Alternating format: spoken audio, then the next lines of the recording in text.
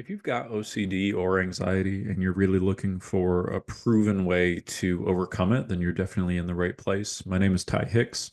I'm the founder of Mental Health Coaching. I'm really glad you're here, and I'm not going to waste your time with some long intro. Let's just go ahead and get right into it. So, as you can see, the title of today's presentation is Free from OCD and Anxiety in 90 Days. The method 612 people have used when therapy, medications, and coping mechanisms failed them, all by identifying the hidden game your subconscious keeps playing and rewriting the rules. And I know that may sound a little strange right now, but I'll make that clear shortly. I just want to point out, though, that if I would have heard someone claim that OCD or anxiety could be overcome in 90 days back when I was still struggling with my own debilitating intrusive thoughts, I really would have thought to myself, like, there's just absolutely no way. This is probably total BS. How can this guy claim that something that I've been struggling with for years could be overcome in just 90 days, right? And I do want to point out that if you're skeptical, I really totally get it. I think that's a very reasonable response, especially because, after all, I mean, you've probably tried just about every damn thing you can think of, to deal with your OCD or anxiety already. And you have no clue probably who I am, how this process works. So, of course, it's not going to sound very believable right now. But I do want to assure you that we do have a lot of proof that this works. Okay, so just for starters, I used to have extreme anxiety, horribly compulsive and intrusive thoughts for years. And the method that I'll be teaching you today really helped me finally overcome my issues when therapy, medication, and coping mechanisms just didn't really work for me very well. And then additionally, in the past years, 8 years of me doing this professionally, I've had 612 clients that I've worked with one-on-one.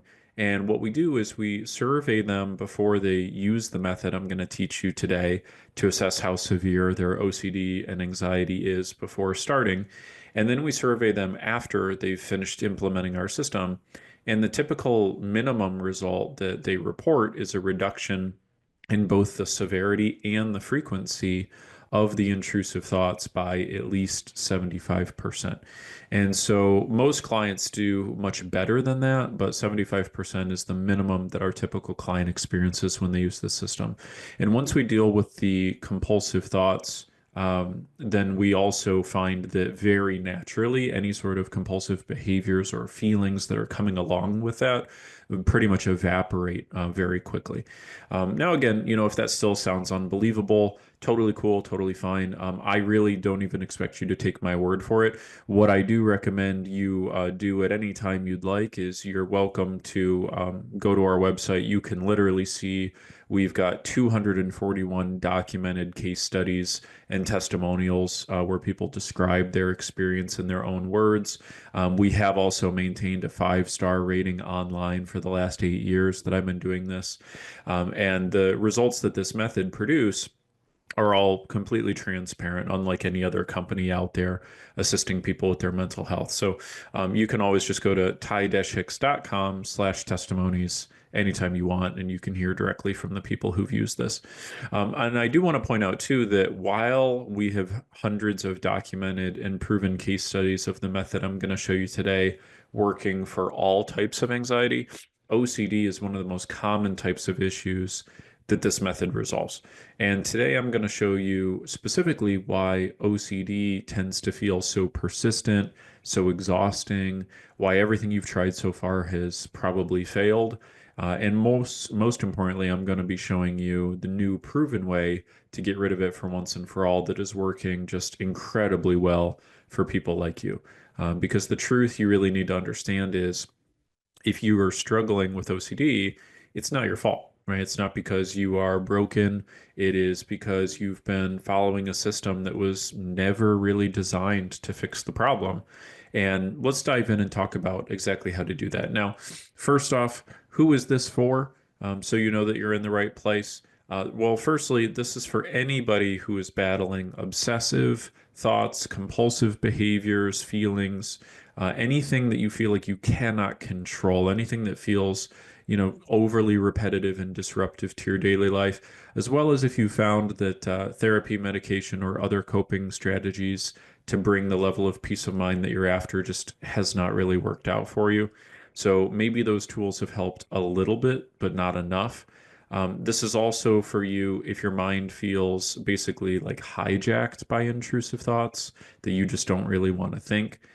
This is for you if you find yourself doing mental or physical rituals like counting, repeating phrases, checking things over and over just to quiet the fear for a moment. And also, if you know that your compulsions don't logically make any sense, but you still feel deep down that they're basically like impossible to resist, this is also for you if you've really tried to stop. You've told yourself, like, hey, just let it go. But the anxiety becomes so intense, it feels easier to just give in. And then this is especially for you if the loops of obsessive compulsive patterns are just really severe, like if they're, becoming disruptive to your daily life in a really frustrating way. If it's disrupting your relationships, your daily activities, your work. And this is also for you if no matter how much reassurance you get, it never really feels like enough, to feel peace of mind. So I just want you to know that if that sounds like you, I just want you to hear me very loudly, very clearly. I see you. I understand. I've been where you are. My team has been where you are. This message is definitely for you today. Okay. And what we're going to do today is we're going to answer the most important question for overcoming your OCD and anxiety. Now, whether you realize this is the most important question for overcoming your OCD and anxiety, this is what it is. And the real question we need to answer is the following: how do we stop trying to respond to the surface level symptoms of OCD and anxiety and finally eliminate it at the source? Okay, because if you have OCD, you already know that your mind continuously has automatic negative thoughts that are totally involuntary. And you probably waste a ton of time and energy constantly reacting to those automatic thoughts. So, the entire idea behind a coping mechanism is to be able to respond to those anxious thoughts in a way that brings some relief. Now, think about it just for a second, right? If you knew how to finally address the true source of the OCD and anxiety, where your mind is no longer automatically generating the compulsive thoughts to begin with, well, you would basically have no more limitations on being able to live the life that you want to live, couldn't you? I mean, you would have no more need for all of the coping mechanisms either. But I want to take this like one step further. So, not just like how do we do this, and not just how do we do this in 90 days or less, but also how do we do this in a simple, easy, common sense, proven way that's going to last, right? How do we do this without you having to rely on band-aid solutions like medication, where you trade one unwanted feeling for some unwanted side effect? How do we do this without you feeling like you're just kind of like sitting in a room with a therapist talking about the same stuff over and over, waiting endlessly to be given some clarity, to be given, like a real plan when instead it just feels like you're kind of spinning your wheels forever? How do we do this without doing something, completely bizarre, like a total Hail Mary, like hypnosis or energy work or acupuncture or any of these other kind of crazy things that you see out in the world that, like, hey, I'm sure they provide some value, but let's be honest, they're not really dealing with the source of the problem, right? And how do we do this without exerting a lot of effort, like using some crazy exposure therapy system might have you do? So that's really the question that we're going to answer today. Now, just in case you think this isn't possible to do, I just want to take a quick second to introduce myself because it definitely is. And I think it's important that you have context to kind of how this strategy came about. So, like I said, my name is Ty Hicks. I'm the founder of Mental Health Coaching.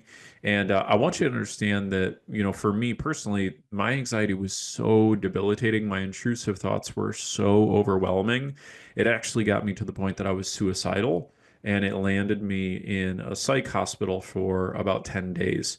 And then at that point, I tried therapy and multiple medications for years, which just really did not work for me. And it was only once I developed the process I'm going to be teaching you that I finally overcame my anxiety and intrusive thoughts. And I have since stayed anxiety free for 15 years, all without medications, therapy, or relying on any other coping mechanisms. Now, don't get me wrong, right? Like my life is not perfect. I'm still human, right? I have the occasional negative thought or feeling here or there, just like our clients do, right? Like I never promise anybody perfection. That's not the goal. But the difference is that when people use this method, myself included, the repetitive loops of negativity go away, right? And all that you're left with is just like the normal stuff that you're supposed to have, like feeling a little worried or nervous if like a car legitimately almost hits you in traffic or something like that. But for me and for the people that use this method, like even in a situation like that, you might feel a little nervous for a second or two. But you quickly calm down, probably within 1 to 2 minutes, right? So it's nothing limiting in your daily life. And as I said before, that over the past 8 years of me teaching this method professionally, I've helped 612 clients use this process I'm about to share with you to deal with their anxiety and or OCD also, right? So one cool thing is I also was able to have the privilege to teach this to Olympic athlete Abby Napton to help her overcome her performance anxiety and land a spot on the diving team of Team USA, which was really cool. And because our process is working basically better than anything else out there, I've gotten a ton of copycats over the years, which is, just kind of comes with the territory, I guess. But the thing is, like, almost no one gets it right. So, what I'm going to do is show you the fastest and most effective way to do this. Now, before I dig into that, let's quickly talk about what doesn't work. Okay, because 90% of what's being taught out there in the mental health industry today, it just simply doesn't work. The data shows it's not working, and it just takes way too long. But people have no real clue about the data and the information that's out there to show which methods are effective and which ones are not. So I want to cover this with you because there's so many ads out there. There's so much content. There's so many people trying to rope you into one strategy or another. And I just really don't think I'd be doing my job as an industry leader if I didn't like kind of set the record straight and help you get really clear on what works and what doesn't work.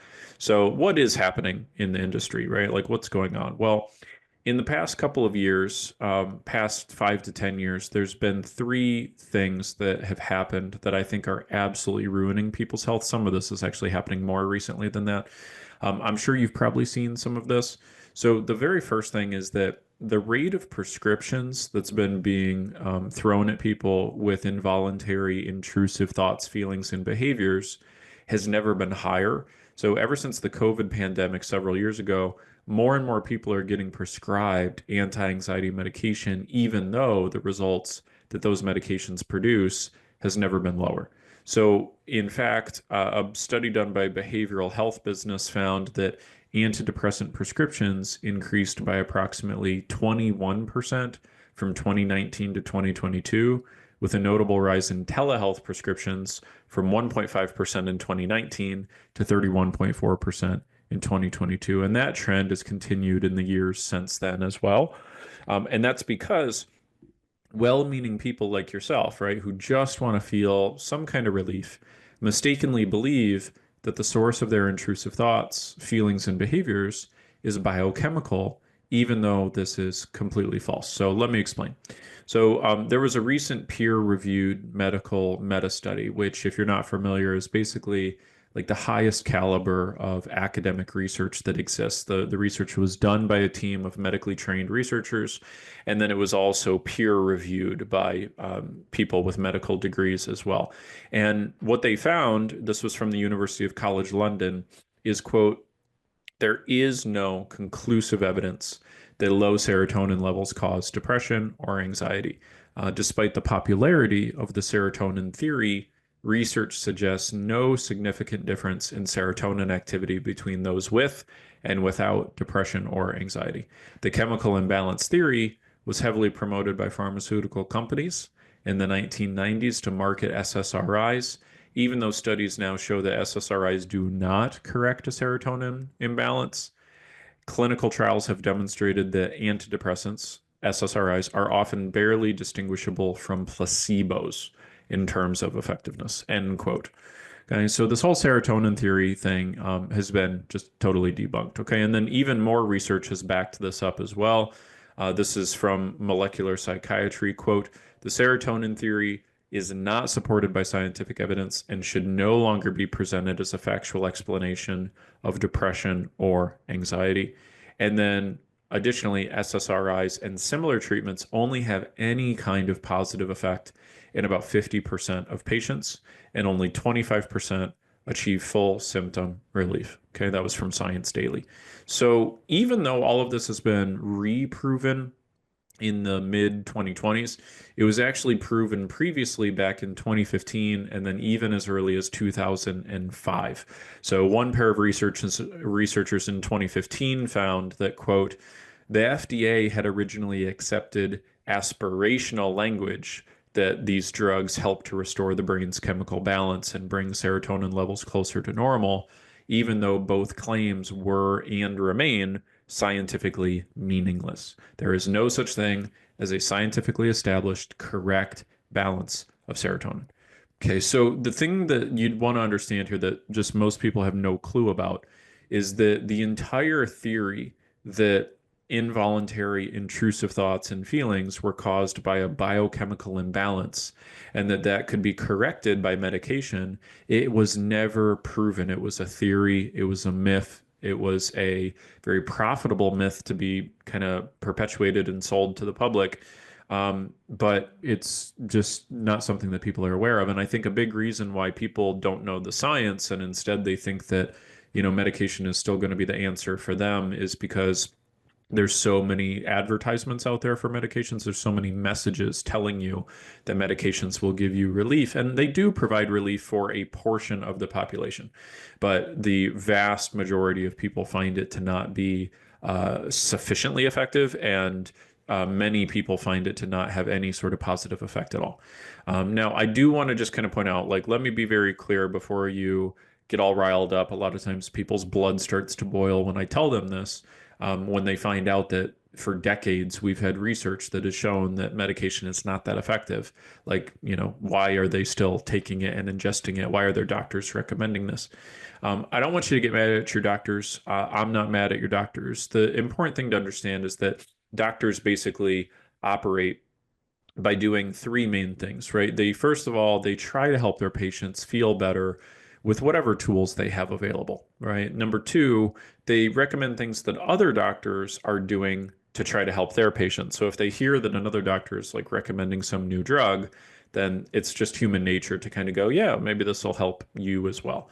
Okay. And then third, they tend to keep recommending what they are used to recommending until some like unequivocally new, better alternative slaps them in the face.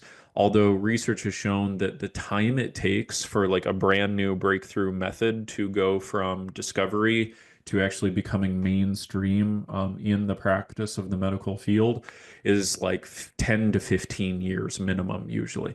So there's just a huge, slow process that tends to go on that keeps doctors from being able to have the latest, best information about what is working. Okay. So this is, I think that this little snippet from an interview really kind of encapsulates the unique point of view and kind of shows that psychiatrists and doctors, they're not trying to do anything malicious. They're really just trying to help. So this was from an interview with Science Daily that psychiatrist Daniel Carlat did on this subject. So he said, quote, we, meaning psychiatrists and physicians, we don't know how the medications actually work in the brain. I will often say something to my patients like, the way Zoloft works is it increases the level of serotonin in your brain. And presumably, the reason you're having intrusive thoughts and feelings is that you have some sort of a serotonin deficiency. And I tell them that not because I really believe it, but because I know the evidence really isn't there for us to understand the mechanism. I think I say that because patients want to know something. And they want to know that as physicians, excuse me, we have some basic understanding of what we are doing when we are prescribing medications. They certainly don't want to know that a psychiatrist essentially has no idea how these medications work. Okay. So the key thing to understand here is that in short, doctors are just doing what doctors are trained to do, right? Diagnose and prescribe medication. They don't know how to actually get to the real root of the subconscious problem. It's not their expertise and specialty, right? They just look at OCD and anxiety as if it's the same as diabetes or heart disease, and it's not, right? They prescribe drugs because they are trying to use any tool in their tool belt that may produce results. But remember, the bottom line here is that SSRIs and similar treatments are only somewhat effective in about 50% of patients, and only 25% achieve full symptom relief, right? That's from Science Daily, but no one knows this. And patients with OCD and anxiety, they simply assume that their doctors are giving them a solution to their problem when they get a prescription. They have really no clue that it's statistically very unlikely to help at all, and almost certainly not going to help solve the problem. Okay. So, not only that, but medical research has now linked mental health medication with an increased chance of developing Alzheimer's, cardiovascular issues, cognitive impairment, dementia, and of course, like the really scary stuff like serotonin syndrome, tardive dyskinesia, not to mention the physical dependence and the need to slowly taper off that it creates, right? So, what most people do is they do what I call playing the pharmaceutical lottery, right? They just think that they should do whatever their doctor recommends and that they will find the right medication cocktail eventually. And this does work for some people, but most people will waste months or years tweaking with their dosages and prescriptions only to get very small improvements in their results. So, why in the world, right, would we ingest something into our body for years and years that isn't even solving the problem? That gives us weird side effects that most doctors agree you won't be able to take forever anyway, and that literally causes your body to have a physical addiction to it, right? It just doesn't make sense. And I want to be, totally emphatically clear. I am not recommending. I am not in any way recommending that you go to your medicine cabinet, you flush your pills down the drain. Okay, so even for the clients that I work with directly to help them get to the real root of the OCD and anxiety, I always tell them that we have to deal with the root of the problem first, and then you need to work with your doctor to create a schedule so that you can responsibly wean off of the medication, so that way you don't experience a complication due to a withdrawal. Okay, so even if you have a band-aid on the bullet wound, yes, we need to deal with the bullet wound, but don't take the band-aid off until you're at the hospital. You know what I mean? We want to do it. Keep doing anything you can to prevent the bleeding from taking over, but it's important to find the real lasting solution. So don't stop taking your prescribed medication. Don't start weaning off until you take the steps needed to address the real problem, or else you're going to make things much, much worse. Okay. But in closing on this particular point, I just want you to know that if you have been trying to solve your OCD and anxiety problem with medication and it hasn't worked, that doesn't mean you're defective. It just means you are part of the 75% of the population that medication is insufficient for. It's not your fault. Okay. So medication is leaving people high and dry. Certainly did for me. What other options is the industry providing these days? Well, a lot of people are naturally turning to talk therapy for help. And talk therapy is by far the oldest method out there for trying to deal with OCD and anxiety. It was created in the late 1800s. And what most people do not realize is that in many ways, it hasn't changed all that much since then. It is pretty ancient. Now, a lot of people have had a lot of hope in therapy recently because in recent years, it seems like there are a lot of new methods and approaches out there. But that really has to do with the innovation that's being done in the marketing methods, not innovation in the core method of actually creating resolution for the issues that's being used. So there's big companies out there that have made talk therapy more accessible, particularly through telehealth, like Talkspace, BetterHelp. Okay. And on top of that, in the past 20 or so years, there have been slight variations of the talk therapy model that have popped up. Okay. Things like DBT, EMDR, hypnotherapy, and the like. And a lot of people believe that these variations are like the missing link, right? That has kept them from having a lasting recovery. But interestingly, when you look at the data, the overwhelming amount of people are not finding talk therapy or these other variations to be sufficient. So, according to the National Health Service in England, despite the widespread use of talk therapy, improvement rates for anxiety remain below 50%, indicating the need for more comprehensive treatment options.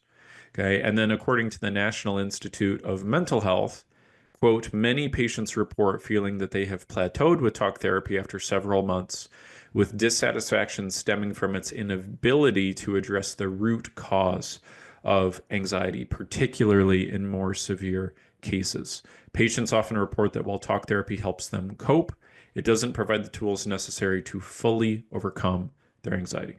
Okay.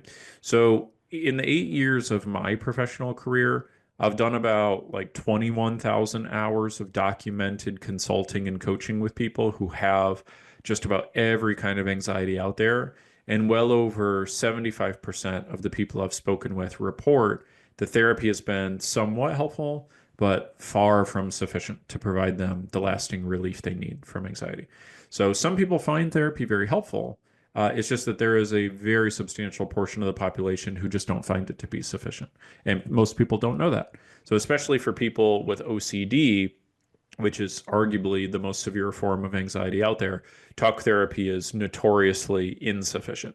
But why are people doing it? Like, why is it still like so widespread? Well, um, the thing is that people again are just looking for some sort of relief any way they can get it, and this is kind of the traditional way to do it. So it's just kind of common sense to be like, okay, well, let's try that. That's what you do, when you're feeling upset. However, most people with OCD and anxiety don't know that there are two key things that really keep therapists from being able to truly help a good portion of their patients experience lasting relief. So even though the therapists themselves truly care deeply about their patients and want the best for them, these two limitations are kind of baked into the way that therapy is done. So it's neither the therapist's fault nor the patient's. It's just that the entire system has some major limits baked into it, right? So the first major limit is what's called the broken patient myth, right? The broken patient myth is that therapists are trained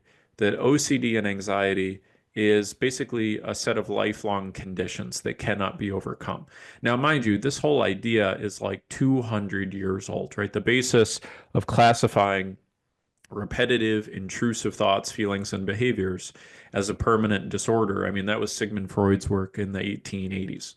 And at the time he came up with the theory that this was an unchangeable disorder, cigarettes were being prescribed to treat asthma, bloodletting was still being used as a medical practice, and lobotomies were rising in popularity. So, of course, therapists don't do things exactly like Freud did back then, but there are certain assumptions that are still held on to today that have just been carried down through the academic literature. And I'm not trying to come for academia here, right? But there's a lot of tradition in academia, right? Like academia is not necessarily known for teaching the best, most cutting edge things that are working right now. It's more based off of tradition from decades or centuries ago. And there's just a lot of inertia with how things are taught academically. So how therapists are trained these days, there's a lot of these assumptions that are still pushed through the education and the schooling, if that makes sense. And so what this means with having the broken patient myth is kind of this big overarching idea about how therapists are trained to deal with these types of situations. It means that every single thing that they're taught in school is based on this premise that your patient's never going to recover, but you can help them feel a little bit better. So, in other words, like you can help them indefinitely cope through therapy, right? That's the whole idea. And so, what most people don't realize is they're going to their therapist for a solution, but the therapist isn't trained to give you a solution. So, like, would you ever want to like hire a mechanic to work on your car who didn't know how to fix it, who was never trained how to fix it, who was only ever trained how to kind of fix it? I mean, I don't know about you, right? But I certainly would not, no matter how nice they were or how much they wanted my car to be fixed. So that would be a big problem. Now, the second big thing that keeps people from getting good results in therapy is what's called the non-directive principle. So, Freud's entire theory was that if you just simply sat someone down and let them talk and talk and talk And if the therapist did not intervene with any direction or advice, that the patient would eventually arrive at new conclusions on their own and work through their issues. So he literally referred to it as the talking cure. And this whole idea is still a big piece of the overall philosophy of how therapy is still done. So, for instance, different therapists have built on this over the years.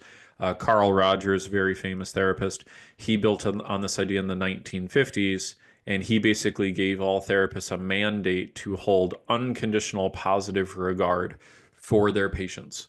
So basically, sit there, don't judge them, wish them well, hope that they change. And if you just do that for a long enough period of time, theoretically, the change will occur, right? And even though today's modern therapists will offer some advice, it almost never goes beyond their standard set of go-to tips and tricks that only offer mild coping at best. So I'm curious if you have ever heard a therapist say something like this before, like, "Hey, let me teach you a breathing exercise you can do. Have you tried meditation? Try to get some exercise. Let's try some tapping. You shouldn't focus on things you can't control. Try to think more positively." Okay. These are like classic little, nuggets that basically every therapist has in their pocket. But beyond that, beyond those like 4 to 5 go-to recommendations, therapists are literally taught in school to, quote, be like a mirror, reflecting the patient's thoughts and feelings back to them for further exploration, right? That's why you probably have heard things like, "How does that make you feel?" And "Tell me more about that," like many, many times before, right? So the bottom line is that there is really a major mismatch between patient and therapist expectations on what the purpose of therapy is, right? So patients usually want a plan. They want a roadmap to recovery and feeling normal again. But no therapist is ever trained in how to provide their patients with a true roadmap for lasting recovery, right? Therapists are taught that no such map exists. They are only ever trained in how to help a patient embrace a lifetime of coping. And patients believe that their therapist has the plan, or they think that some therapist somewhere out there must have a plan. But the truth is, there is no plan that therapists are taught. In fact, if anything, the therapist believes that you have the plan hidden somewhere inside of you. The only real plan, really, though, is just to have you continue to keep coming to therapy and to keep talking with the hope that eventually and almost accidentally you will feel better.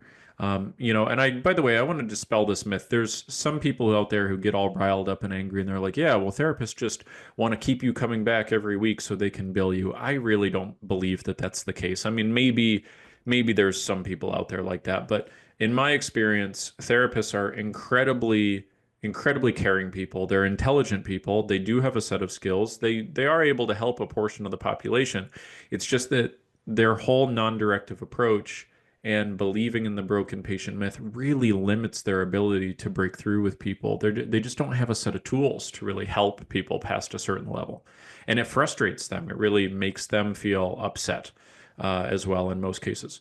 So, to be totally clear though, this whole non-directive approach, it does work for some people with some issues. So this can be very helpful for processing grief, some forms of isolated trauma. A portion of the population is able to feel sufficient relief from just talking about it enough.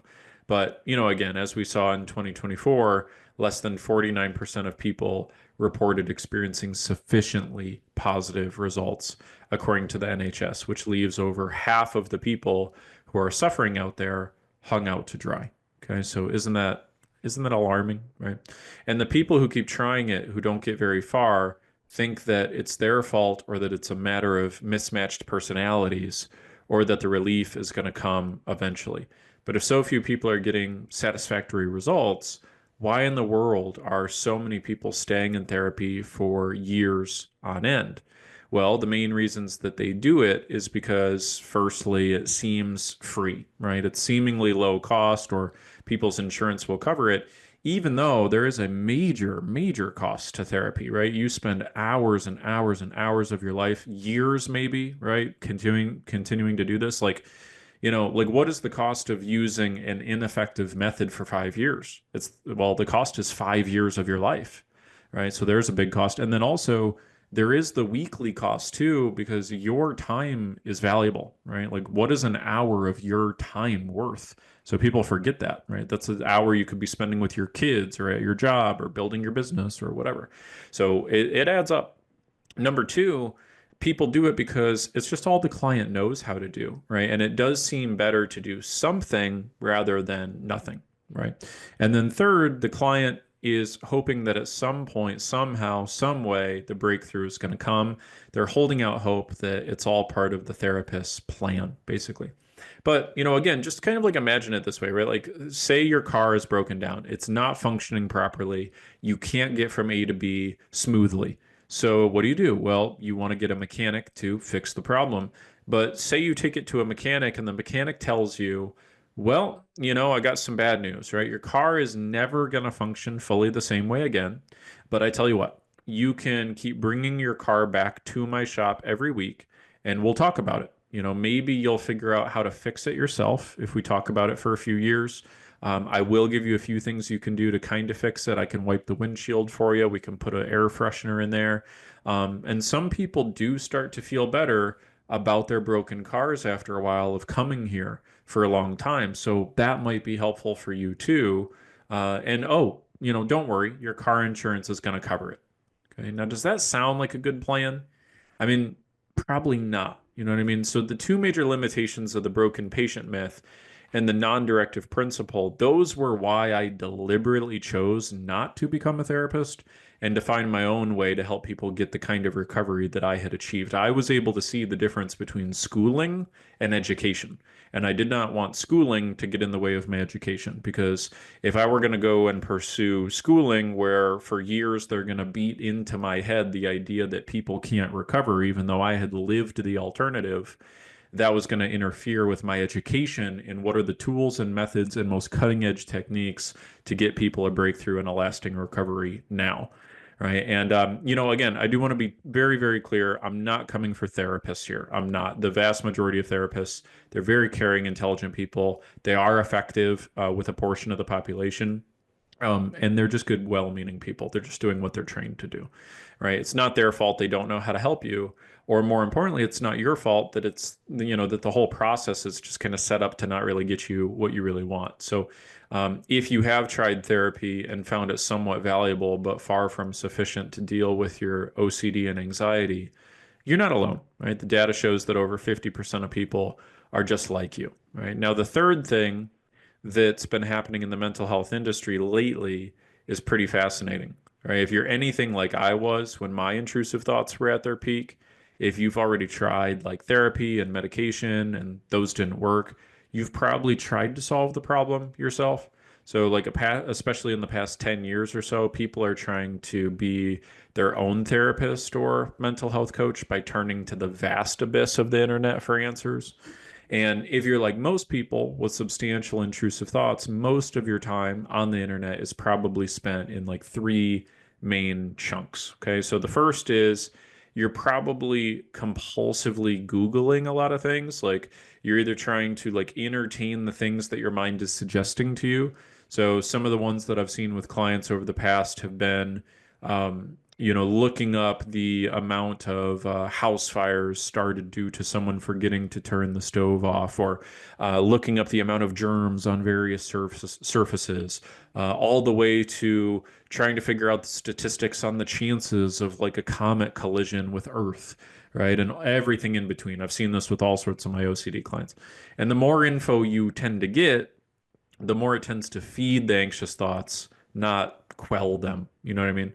The second big thing that you're probably doing a good chunk of the time is like doom scrolling, through funny, distracting, or kind of meaningless posts, games, things like that, just to kind of temporarily distract yourself from that like looming repetitive pattern of thought, just to try to like break that cycle of feeling these like compulsive impulses to do certain behaviors until it pops up again. And then the third thing you're probably doing too is you're probably really looking as best as you possibly can for real, tangible answers, right, on how to feel better.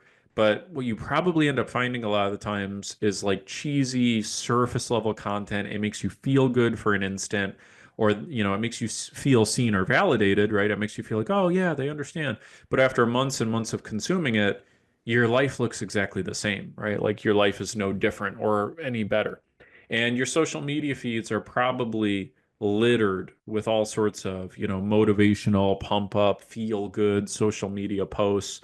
I mean, these days, mental health influencers are like a dime a dozen, right? And most people don't know why, but there's two main things that have made this whole like trend like explode.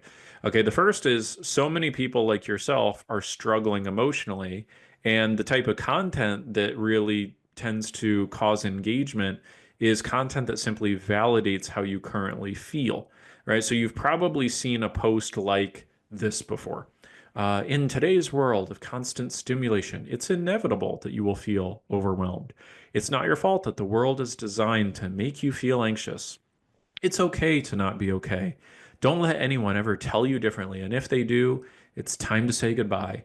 This is a friendly reminder to take a breath, be kind to yourself, and send positive energy out into the world. Right? So if you have you seen posts like this? Like, of course you have, because they all sound like this.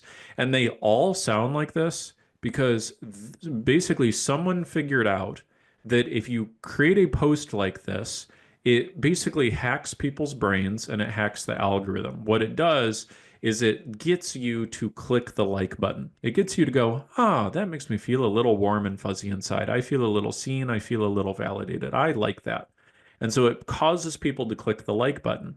And what that does is it causes the algorithm then to proliferate it throughout feeds and throughout the universe or whatever, the metaverse, whatever you want to call it.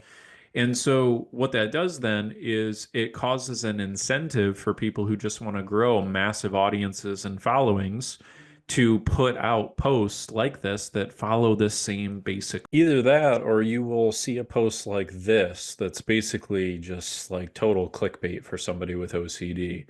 Here's 5 signs that you might actually have XYZ exceptionally rare condition that you've never heard of. Number one, you feel tired when you wake up in the morning. Number two, you feel hungry multiple times a day, especially after several hours between meals.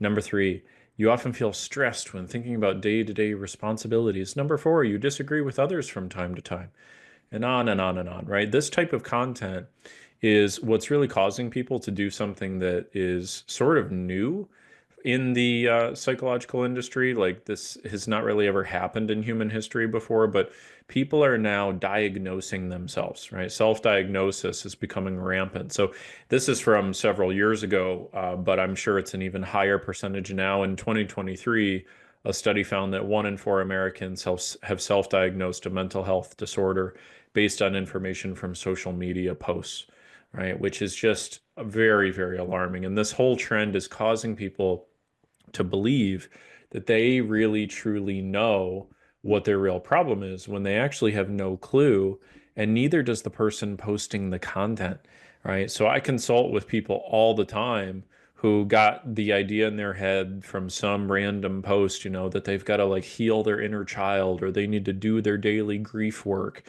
And, I have to lovingly remind them, like, if they knew what the real problem was and how to solve it, they wouldn't have the problem anymore.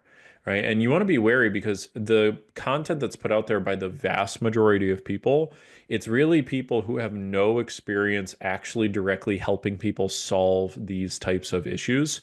It's people who are just like reading books and then regurgitating information that they got from books. They have no proven track record of helping a person go from A to Z and solve a problem in between.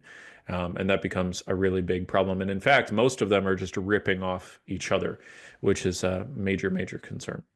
Okay, so the fact that you still have the problem, even though you might have a theory as to what the problem is evidence that your theory might be a little bit misguided, right? Or at least there's a piece of information that's missing. That's just what I want to bring your awareness to. And just remember, the reason your feeds are littered with this stuff is because influencers know that the vast majority of people out there are far more interested in just trying to feel understood, and they're also craving to have some kind of an explanation of what their problem is. But the thing to remember is that the people who continue to prioritize validation-based information over transformation-based information are the ones who will stay stuck indefinitely because they will confuse information that makes them feel good for a few minutes with the information needed to create a lasting recovery. And I do, again, want to be very clear. I'm not trying to knock all mental health influencers. They're just doing what they're incentivized to do. Most of them are just trying to make a quick buck. They're not looking to be around for the long haul. They're not even all that too concerned with trying to help their audiences out so much. They're really just trying to grow their following in most cases. And the incentives are there. I mean, it kind of makes sense. Social media has created this opportunity to do that. But this is a big reason why my team and I have strategically not focused on building a massive social media following, but instead have ruthlessly doubled down on making sure our client success is through the roof. I mean, I could put out like red meat, content out there, like the one post I just showed you a second ago, and get thousands of likes and clicks. But that type of information isn't the information that is really going to shift the needle for people. And so that's why I don't do it. Now, there is nothing wrong with, eating a little candy every once in a while just to make you feel good for a few minutes, but eventually you gotta get your vegetables if you want to be healthy and prevent disease. And the willingness to go beyond the surface level and address the root problem is really what separates the people who merely want to recover from those who actually will. Okay, so if our goal is simply to retrain the brain to stop having obsessive compulsive thoughts in the first place, why don't we ditch all of these other, things that are leaving us high and dry and just focus our efforts on that, right? That would be a much better use of our time. So, what is the method that works when none of these other things are really working for people? Well, if you are truly serious about not just managing your OCD and anxiety, but learning how to overcome it, then there is one simple concept that you have to understand. This key concept is what's enabled me to finally overcome my own intrusive thoughts, stay anxiety free for so long. And I've never seen an exception to this with the 612 client successes that we've had. So, the first key concept that you've got to understand is what we call the formula for peace of mind. And I know that sounds sort of silly, right? It might sound like I'm exaggerating here a little bit to say there's a formula for peace of mind. But if you just bear with me, just try this on for size, I think you'll see that this works, right? So, the formula for peace of mind is when your current life conditions, as in how your life is right this minute, when that matches up with your subconscious rules for life. That's when you will feel peace of mind. And you don't have to take my word for it either. You can verify if this formula is true, basically just by looking at your own experience. So just try this on for size for a second. In your life, there is probably at least one area where you are generally satisfied, right? It could be your health, it could be your finances, could be your business, could be your marriage, could be your relationship with your kids, or at least one of your kids, right? Not everybody is satisfied fully in every area of their life, especially if anxiety is in your daily life. But all of us tend to have at least one area that we are pretty satisfied with. And hell, I mean, it could even just be like one friend you have in your life or the house that you live in. So, don't overthink it. And ask yourself, like, what is one area in your life that you generally feel at peace with? And I'm going to use a real example here, right? So I had a client a little while ago who had severe OCD. His name was Lewis. And now Lewis has shared his story publicly. He's given us his blessing for us to talk through it with you. And when I was just getting Lewis started and using this method, I asked him, hey, what's an area of your life that you're generally pleased with? And he told me that it was the organization that he volunteered for. And I said, that's awesome.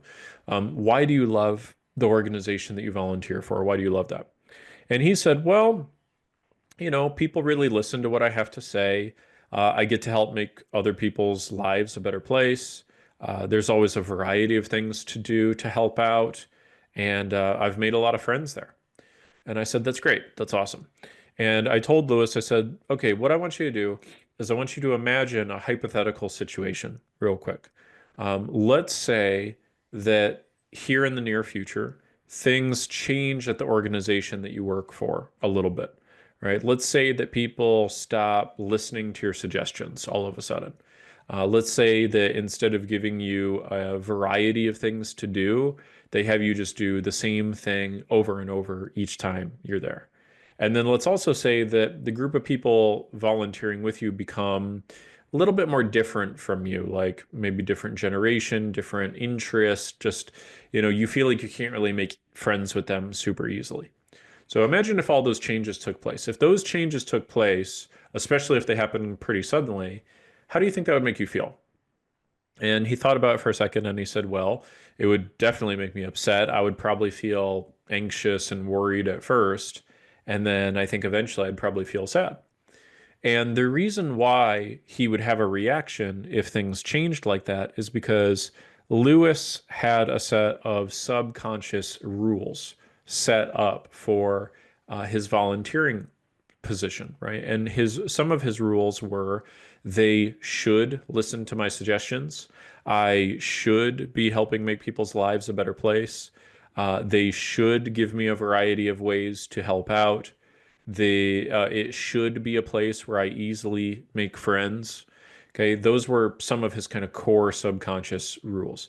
And Lewis had developed those rules throughout his life as he created all sorts of subconscious beliefs about what was most important in his life and what he expected from life. And, what is a subconscious rule anyway, you might be asking? Well, it's basically just a subconscious belief about what has to happen. So, because this area of Lewis's life matched up with his subconscious rules, he felt happy about it, right? He did not feel any anxiety or unrest around the organization he worked for. He didn't spend a lot of time in his head thinking about it.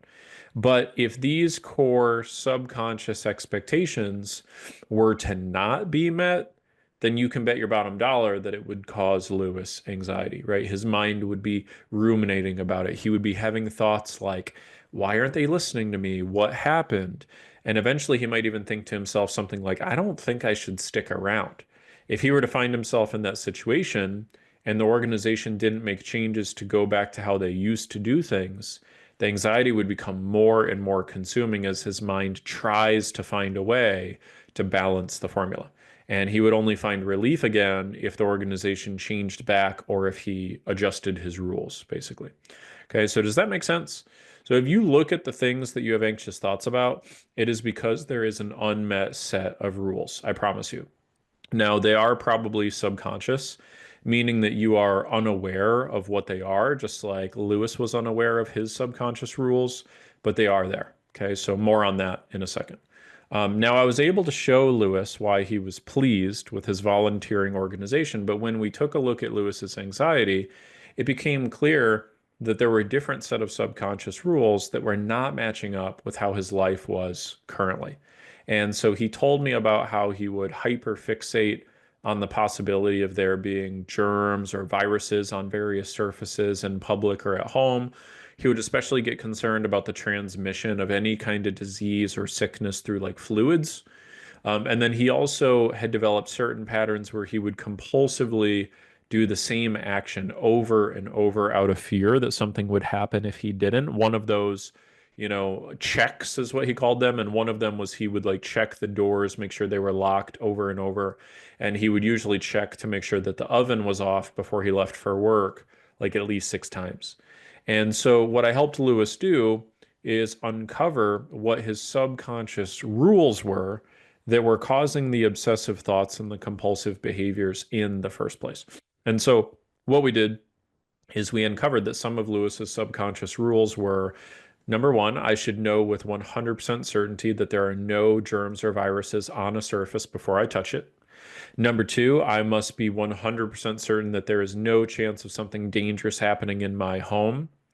Number three, I cannot be certain that the doors are locked unless I see that they are locked right this minute. Number four, I cannot be certain that the oven is off unless I see that it is off right this minute. Okay.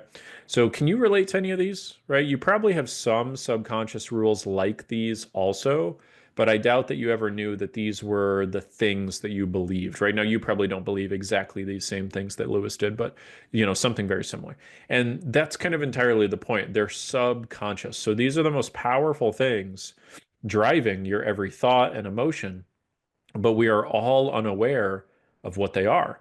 right? And so this means that Lewis had, like we all do, a set of subconscious rules about what had to happen in order to live life, in order to go to work, leave the house, go to the store. Those rules had to be met. And if they weren't, he couldn't really function very well. Right? So the rules he had for the organization he volunteered for were being followed. So he felt peace of mind there. Right. But the rules he had for being at a grocery store, going to a restaurant, meeting up with a friend, or even being able to leave the house were being violated consistently. And so he felt anxiety. So let's take a like this one layer deeper. We had to teach Lewis in what I had to do, teach Lewis, excuse me, in order for him to overcome his OCD and anxiety was what every person who truly wants to do so has to learn. And that was how to rewrite the rules of the subconscious game that his mind was playing in order to make it winnable. That's what has to be learned. Now, what does that mean? Well, I want you to imagine for a second that you are playing a board game for the first time. In order for you to play the board game, you simply need to know two things. Number one, the goals of the game, and then number two, the rules of the game. Okay. Now, if you follow the rules on how to accomplish the goals, you win. If you fail to follow the rules and you do not accomplish the goal, then you lose. And what if I told you that you have basically been subconsciously playing your own game of life according to a simple set of rules ever since you were a child? And that every moment of your life, your subconscious is trying to win that game. So when you feel like you're winning, you feel happy and you have zero anxious thoughts. When you feel like you're losing, you experience anxiety. Okay, so let's return to Lewis. Let me show you how this worked. So for Lewis, within a few hours, I helped him uncover all of his anxiety-causing subconscious beliefs. And I'm going to show you a sliver of those just to kind of illustrate how this works. And what we found out was that before the anxiety and the OCD was a problem, right, when he still had peace of mind in his life, his old subconscious values were the following. So, number one was making a difference in the world. Number two was being a good friend. Number three was being a good husband. So what that basically meant was that Lewis's rule book for his game of life was basically making a positive difference in the world is the most important thing in my life. And as long as I'm doing so, life is pretty good. The next highest priority in my life is being a good friend, right? I want to make sure that I am supporting my friends the way they need me to. And while making a difference in the world and being a good friend are both important, I also need to make sure I am showing up for my wife and being a good husband to her. That is critical. Okay, now Lewis developed those beliefs throughout the course of his life, right? Some of it he adopted from the role models of his parents, some he took from the culture he grew up in, from his spiritual beliefs, his education, and from other mentors and examples he saw along the way.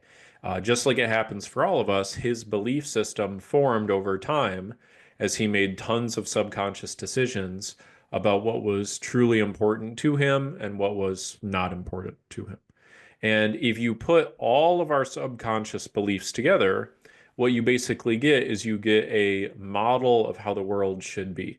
So when life matches up with our subconscious model of how the world should be, in other words, our rules, we feel peaceful and happy. When life does not match up with our subconscious model of how the world should be, our rules, for a moment, if it doesn't match up for a moment, then we'll feel frustrated or we'll feel sad.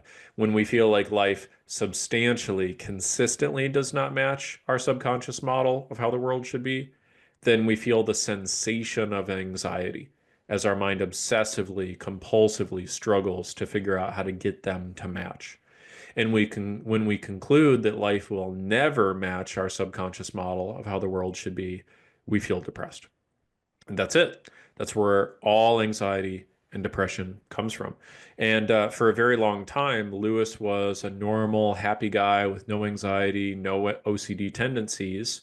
And why is that? It's because this set of rules was pretty easy to get to match up with reality, right? He was dominantly the one in charge of being able to win his own game, and the rules were relatively easy and simple. And so all he had to do was get his life to match up to the core expectations of prioritizing making a positive difference in the world, showing up as a good friend and being a good husband. Pretty simple, pretty easy. But then something happened to Lewis that happens to every person who experiences anxiety or OCD. So without him realizing it, his subconscious rules changed. For him, it happened in response to what we call a significant emotional event. And if I remember correctly for him, it was when he got COVID for the first time. And he was basically worried that it might be fatal for him because he had a prior health condition that made him immunocompromised and so forth. So he was kind of worried for a couple of weeks. It was really substantial for him. And what Lewis didn't realize was that when that significant emotional event happened, his subconscious was rewiring itself, basically. So after all, I mean, the subconscious's number one priority is to keep you alive, right? Not keep you happy. So what happened was that Lewis's values changed into 100% certainty, safety, health, number three, number four, making a difference in the world, number five, being a good friend, number six, being a good husband. And then some of his rules for feeling 100% certainty were I should know with 100% certainty that there are no germs or viruses on a surface before I touch it. I must be 100% certain that there is no chance of something dangerous happening in my home. I cannot be certain that the doors are locked unless I see that they are locked right this minute. And then I cannot be certain that the oven is off unless I see that it is off right this minute. Okay, now there are a lot more rules than this, but these are just a couple to kind of illustrate for you how this works. Okay, so now Lewis's subconscious rules for life changed. Now the whole rule book of his life was basically the number one top priority is I have to be 100% certain that I am healthy and safe and okay. I cannot do anything else until I get that. I can't focus on anything else. I can't function. I can't focus on trying to make a difference in the world or being a good friend or being a good husband until I am 100% certain that I am okay. And therefore, every possible germ and virus has to be accounted for. I will focus on making a difference, being a good friend, and being a good husband once I establish the certainty, which will make me feel safe and healthy again. So the question I have for you is, can you relate to Lewis's story, right? More than likely you can. And what do you think is the likelihood that Lewis will be able to consistently have his life match up with those rules? Well, about 0%. Right? So before the significant emotional event, Lewis felt peace of mind because his subconscious game of life was winnable. And in fact, he felt that he was winning at it almost every day. And when the event occurred and his brain rewired itself, the literal priorities of his nervous system became different without his awareness or permission. And his mind was compulsively trying to get a whole set of rules to be followed that were just never going to be followed consistently, right? And as a result of his mind requiring things that were never going to happen in order to be able to focus on anything else or function, his mind continuously felt anxious and went into these compulsive behavioral loops. So sometimes our subconscious rules change all at once, like they did for Lewis, but for some people it happens gradually over time, right? So imagine that I sat you down in a chair and I made you play a board game. You cannot leave from your chair until you win the game. You must try your hardest to win. You have every moment of every day to try to win that game. But the only way you can win is if a whole series of things that are outside of your control and that violate the laws of nature take place. Okay, could you see how anxiety inducing that would be? How it would create a compulsion to be hyper reactive to any little thing not going how it has to go. Okay, so you see, anxiety and OCD is nothing more than your mind trying to win an unwinnable subconscious game. That's it. And that's really where it comes from. So for Lewis, it was like his brain was perpetually going, I have to be 100% certain that there is no danger. Oh, but I can't be. But I have to be. Ooh, but I can't. But I have to be. But I can't. But I have to, etc. Right? And that's OCD and anxiety in a nutshell. When we have a set of subconscious rules, wired into our mind, we end up chasing our own tails inside of our mind perpetually. And I want to make a point that is really, really critical to understand. It's not enough to acknowledge that you have unrealistic expectations. Okay. Every person with OCD and anxiety already knows that they have unrealistic expectations and that they should let go of them. But they also feel that they just can't. And why is that? It's because those expectations are more than just expectations. They are rules for living life, and they're hardwired into the subconscious. That's what makes you do obsessive and compulsive things that you know intellectually don't make any sense. But the thing is, knowing that you shouldn't be governed by the rules is never enough to actually make the change last, right? Like, if all it took for us to make a lasting change in how our nervous system operated and to stop automatically doing things that we don't want it to do was to become aware that we should stop doing that old pattern. If all it took was us just becoming aware of it, then there would be no people who want to quit smoking but don't quit smoking, right? There would be no such thing as someone who overeats because they know, oh, I'm eating too much, right? And they would stop themselves as soon as they become aware of it. We would stop worrying about what we can't control as soon as we realize that it doesn't make any sense to do so. So the thing you want to really get here is becoming aware of the rules that your mind is governed by is only the first step, right? That's only the first step to creating lasting change. And that means that until you identify the subconscious rules that your mind is operating by and rewire them, you will always have OCD and anxiety. But the good news is, once you do uncover the subconscious rules that your mind is operating by and you rewire your mind to follow a new set of obtainable rules automatically, the OCD and anxiety will disappear. Okay, now for the sake of simplicity, I've only shared like some of the most important parts of the subconscious rules that Lewis had, but there were dozens of them to dig out of the back of his brain and make sure that we mapped them all out. It always takes a couple hours to do that. But interestingly, what I found over the years is that there really are only 7 core types of anxiety in the world, but each person has their own slightly unique version. Okay, so for some people, the rules revolve around things like I must be perfect or else I am not good enough and worthy of love. For other people, it's I must please others or else I am not good enough and worthy of love. For others, it's I must take care of others' problems or else I am not good enough and worthy of love. And for people with OCD, the core subconscious belief system is usually something like, I must be certain of things that I cannot be certain of, or else I cannot feel peace. I must control things that I cannot control, or else I cannot feel peace. I can only feel certain if I see proof with my own eyes right this minute. I cannot trust it unless I am seeing it fresh right this minute. Okay. So again, let me remind you that anxiety and OCD is nothing more than your mind trying to win an unwinnable subconscious game, right? That's really it. And that means that until you identify the subconscious rules your mind is operating by and rewrite them, you will always have the OCD and anxiety. But once you do uncover the subconscious rules that your mind is operating by and you rewire your mind to follow a new set of obtainable rules automatically, the OCD and anxiety will disappear. Okay.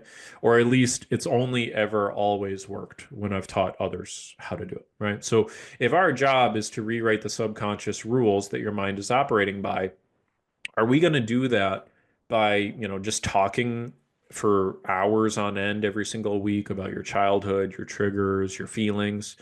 Are we going to get that by screwing with the chemicals in our brain and trying to numb ourselves? Are we going to get that by just allowing the thoughts to exist and try to let them pass us by?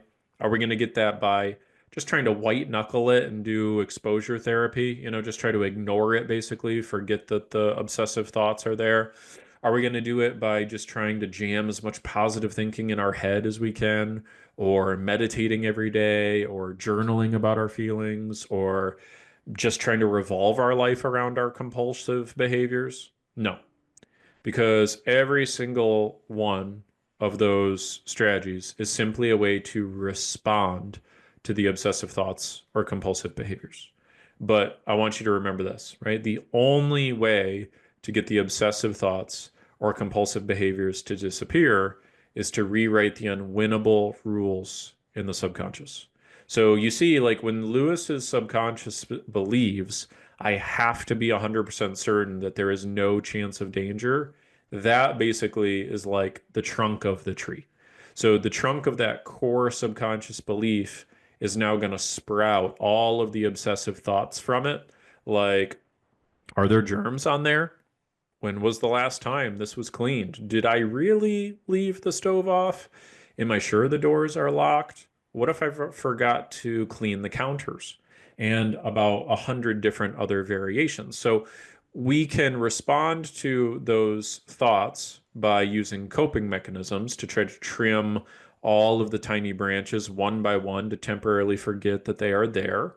Or what we can do is we can chop the trunk of the tree down. So we don't have to focus on 100 different anxious thoughts a day for the rest of our lives just to get through the day. All we really need to do is to identify every anxiety causing belief, eliminate those beliefs, and then retrain the brain to follow a winnable set of rules by default, right? So for Lewis, what that ended up meaning was we had to rewire his rules to basically look a little bit like they did before the OCD and the anxiety were a major issue for him. And so what we did was we retrained his brain to no longer require those things that it had previously been obsessed with and that were just not really possible for him to obtain in order to feel safe. And what we did is we rewired it to automatically focus on the things that were truly most important for him again. So what that ended up looking like was we had to completely dismantle this whole subconscious belief that said, I have to be 100% certain. I have to be 100% certain there's no germs or viruses before I touch a surface. I have to be 100% certain there's no chance of something dangerous happening in my home. I cannot be certain that the doors are locked unless I see them directly, etc. Right? We got rid of those rules. And we also got rid of this hyperfixation on trying to feel safe. So safety was something that he never really concerned himself with before. And of course, he felt safe very regularly, and his mind was just not focused on it. And so by us making sure that we broke the habit of his mind constantly chasing after safety and certainty, it actually ended up making him feel that much safer. So safety and certainty, ironically, are what we call paradoxical, right? So the more we value them, the more we are convinced that we have to have them, the more that we chase after them, the less that we actually feel them. So by retraining his brain, what we did was we made sure to get him to focus on the following values automatically. Right. So we got him back to making sure that he was focused primarily on making some type of a positive difference in the world as his number one, being a good friend, number two, being a good husband, number three. And we also kept health on here because he did want to be healthy. He was at an age of his life where he needed to prioritize his health. But by getting rid of the obsession with being 100% certain and safe, it made it so that he could actually focus on his health in a healthy way, ironically, right? So he could do the things that were actually within his control. He wasn't ruminating and overthinking and obsessing over things that just were not healthy for him to be focused on. And by doing it this way, by retraining Lewis's brain to be focused in these particular ways, now Lewis no longer had to do any of the daily maintenance to try to feel less anxious that he was doing before. So he no longer had to have coping mechanisms to respond to his obsessive thoughts or to try to avoid doing compulsive behaviors because the obsessions and the compulsions were gone. He didn't need to meditate or any of that other stuff because there really were no thoughts to try to get rid of anymore. In about 90 days, we got it so his brain was following the new rules by default, which was really cool. And again, we want to make sure that we do this process in just 90 days. That's a really important thing. You know, we don't want Lewis or you or anybody to be spending years on this, right? We don't want to spend all this time analyzing and dissecting and ruminating. We just want to get the brain rewired and get you back to living the life that you've always wanted to.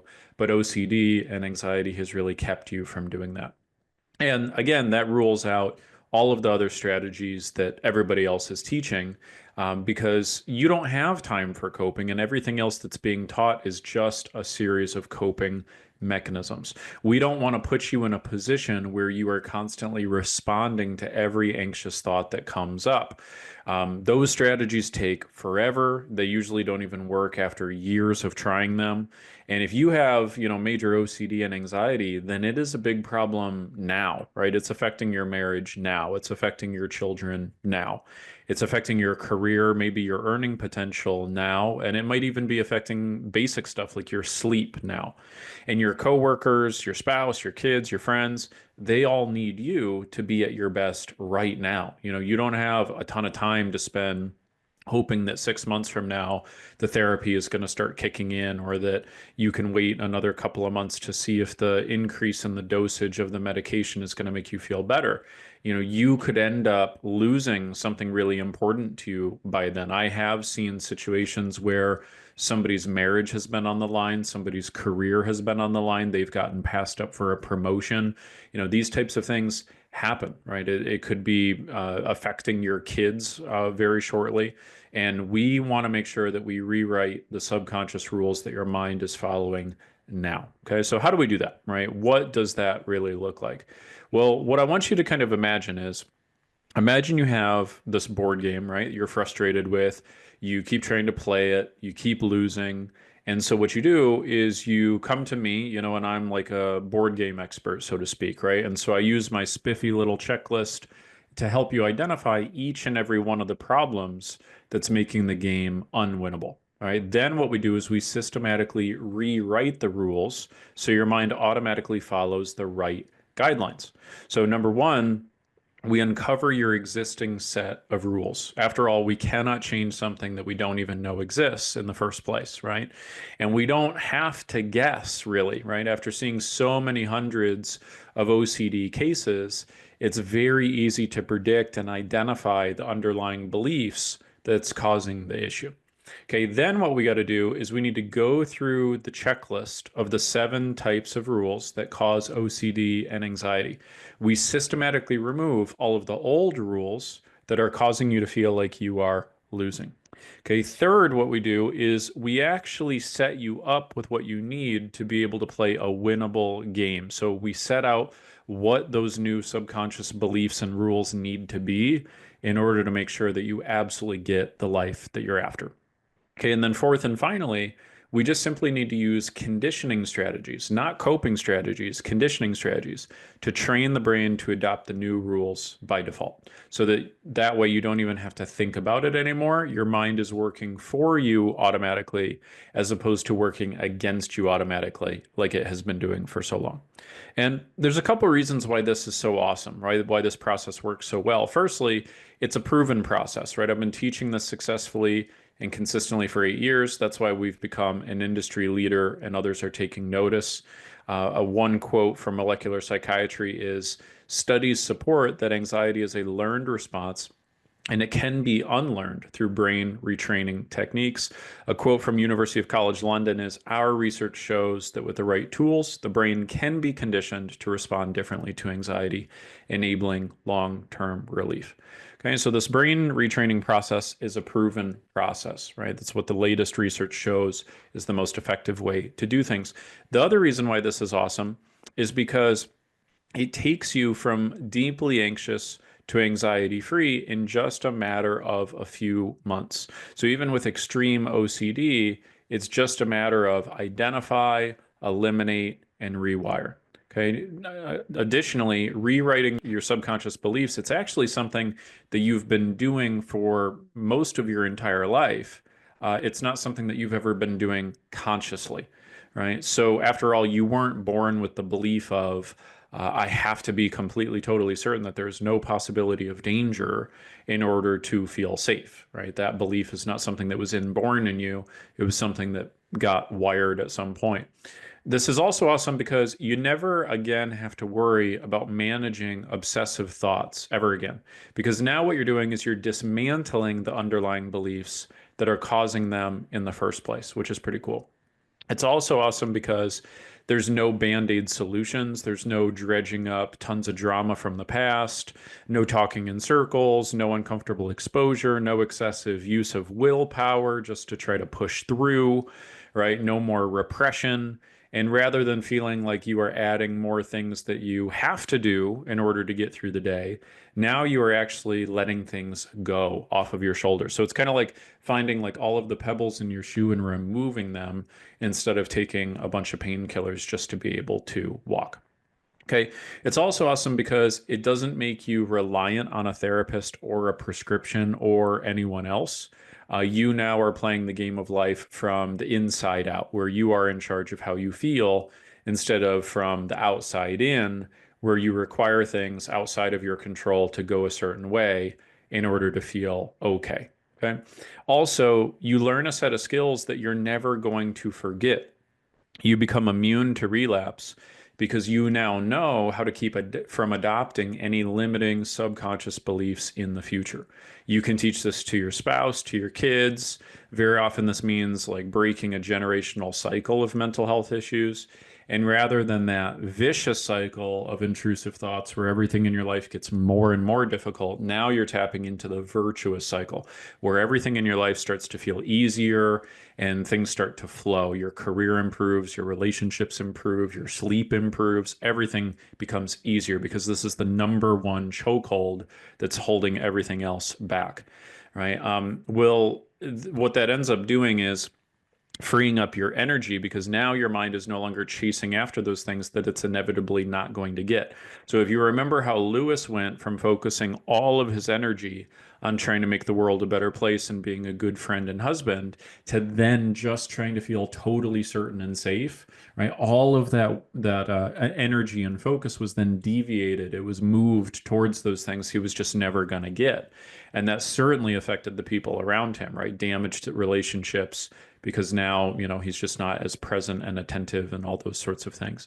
So when we rewrite the rules he's operating by, now his relationships flourished again. And I think that's an important point because a lot of times people think that they can't dedicate a little bit of time and energy to deal with their OCD and anxiety because they got to spend all this time taking care of everybody else. And what they fail to realize is that not taking care of your OCD and anxiety is often one of the most selfish things you can do because if you're dealing with this limiting OCD and anxiety, it is affecting everybody else around you, right? So by prioritizing yourself first, you actually end up doing a very selfless thing and you make everybody's life so much easier. It's like the whole saying of making sure you put the oxygen mask on yourself, because if you pass out, you can't, make sure that your son or daughter or partner next to you has got their mask on. Okay.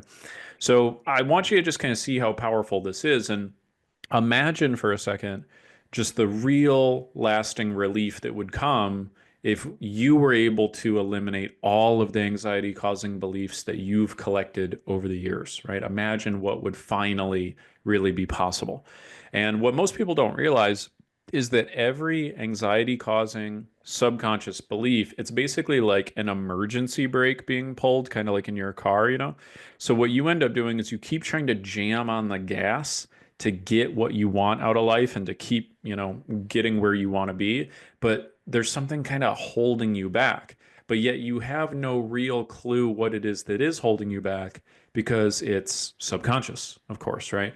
Now, our copycats, right, they always mess up the subconscious belief identification piece, as well as the elimination and replacement piece. And that means they end up providing surface level strategies that simply help people respond to and manage their thoughts rather than keep them from coming back in the first place, right? And that ends up creating a lifetime of coping, which we don't want.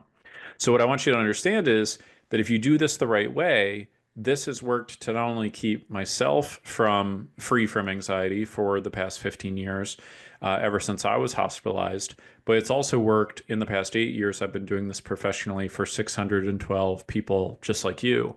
And it's going to keep working for another 8 years because the human brain just doesn't change, right? I've done this with clients as young as 13 and as old as 84. It just doesn't matter. It doesn't matter how long you've struggled one bit.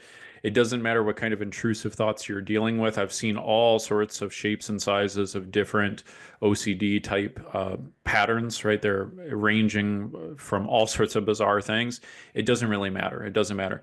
Most people aren't dealing with just thoughts about safety and certainty. But that doesn't matter either, right? We can always root out the key beliefs that are causing the problem and that are unique to each person. So if you've been in a spot where you've really been looking at all of the different coping strategies and the feel good content out there, but it leaves you kind of feeling empty, like there's a piece missing almost.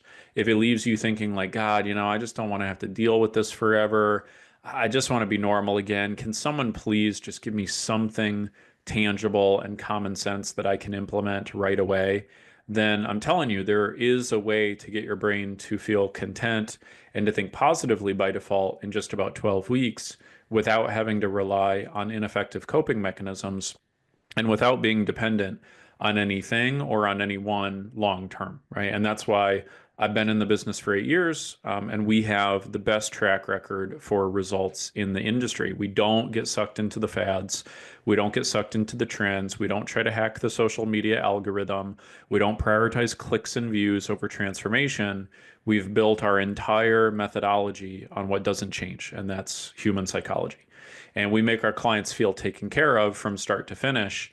And that's how we're able to take them from feeling deeply anxious on day one to automatically feeling content and thinking positively by default in just 90 days or less. So at this stage, you really have a choice in front of you. You definitely can keep trying to use these same outdated coping mechanisms that don't work, that you don't like, and that you've already been trying for who knows how long. You can keep doing the same thing and hope that something changes, which is like the definition of insanity. You can hope that something changes on its own, but we all know this is not a good strategy, right? Hope is not a strategy at all. It's basically like delegating the responsibility and the power that you have to take charge of your mental health in your life to something or someone else, instead of you kind of seizing that and taking hold of it. And so we want to make sure that you don't get yourself into this loop of just rationalizing that now isn't the right time to do this. I mean, you can do that. That is a choice. You can rationalize it's not the right time to do this. We're going to be moving in 3 months, or little Tommy's in school, or let's wait until summer break, or you can come up with whatever reason it is that you want. The human brain wants to always press a snooze button. But what that ends up doing is it kicks you back onto autopilot. It means that now those same patterns that have been driving your thoughts, your feelings, and your behaviors are now going to be the thing that's in charge of you, that's running you for however long of a period of time until you get frustrated enough to realize, like, wow, this is the number one thing that's limiting my life. I got to get rid of this. All right, so don't do that. Don't kick yourself back onto autopilot. I mean, you can, it's your choice, obviously, but I did that for a long time and wasted so much time. And the thing I want you to remember is like, I mean, this is only your life we are talking about, right? Like, it's probably time to get this thing dealt with. And if you do want to finally get the mental health that you deserve, it's completely obtainable. Hundreds of people have done it just like you before. It's your right. It's something that you deserve. It's just something you gotta, reach out and grab. I'm also happy to accelerate the process for you a little bit. Okay, so I've set aside some time in the next 24 to 48 hours to speak to you personally about how you can apply this method for your own mental health today. And we're going to get a lot done on this free call. So, number one, I'm going to help you identify what the major subconscious beliefs are that are causing your intrusive thoughts for you. That's number one. Number two is I'm going to help you identify what are the key beliefs that you need to replace the old ones with. Third, I'm also going to help you get clear on the top 2 to 3 conditioning strategies that will help you make sure that the changes become automatic. And then four, I'm going to hand you a proven roadmap to lasting recovery and relapse prevention. Okay, so it is just a phone call. It's not that long, but we are going to get a lot done in a short period of time. And I'm going to show you the exact steps that you can take to overcome the intrusive thoughts and compulsive behaviors for once and for all. And I'm going to make for you, basically a custom roadmap to make sure that you can live every day with calm, peace, joy, and the ability to be present for the ones that you love. Okay, pretty cool, right? And my goal really is honestly just to literally convince you that I can help you by actually helping you. That's really all I want to do. Is that fair enough?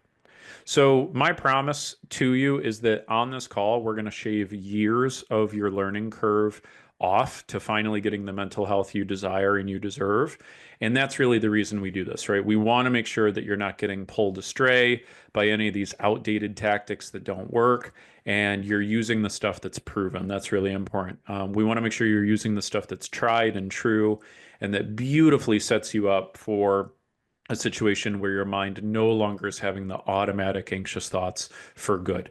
And I recently had a gentleman who had watched some videos like this one that you're on right now and booked a call of his own. And after we finished the call, he had left this comment on my website. He said, I can't tell you how many times you have said something that I have felt on an atomic level. This is what I've been craving for from years of therapy and never received. Okay. Now, these calls are completely, totally free, but there is a catch. Okay. So here's who this is for. Okay. Number one, getting your OCD and anxiety truly dealt with at the source, at the core, must be a must. Okay. So please don't book a call if your situation is pretty much under control or isn't really bothering you that much. We only want to focus on helping the people who are in a lot of pain because they need it. Okay. Number two, you must be coachable and willing to implement what I teach you because this model is so simple and so effective that every person who implements it is going to get control over their OCD and anxiety. I mean, it just works every single time it's implemented and used. As long as we customize it per person, like as long as it's used, they get results, right? So we don't want anybody taking up a time slot who isn't committed to implementing what they learn because it robs somebody else of a guaranteed change in their quality of life, right? So just go ahead and click the button underneath this video. You can grab a spot. If you are watching this on social media and you don't see a button below to book a call, then instead just go ahead in the comment section, put the word session. We'll reach out to you individually via Messenger. And then what we'll do is we'll book that call with you directly. But otherwise, you might be on a page where you see a button below the video. You can click that. And what will happen is it'll take you to a little window that looks like this. You can choose the appointment time that works for you. I'll call you at that time.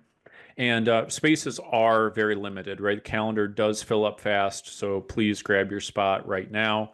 And just in closing, I just want to say, thanks for hanging out with me today. And the ability that I've showed you how to do, how to identify, eliminate, and replace all of the anxiety causing beliefs in the subconscious. I mean, this is the single most important thing that you can know how to do to live a life without OCD and anxiety. You can, of course, spend the next 5 years trying coping mechanisms that have already been proven to be ineffective, hoping that something changes on its own or waiting for some magic moment when it all feels easy and just right to tackle this.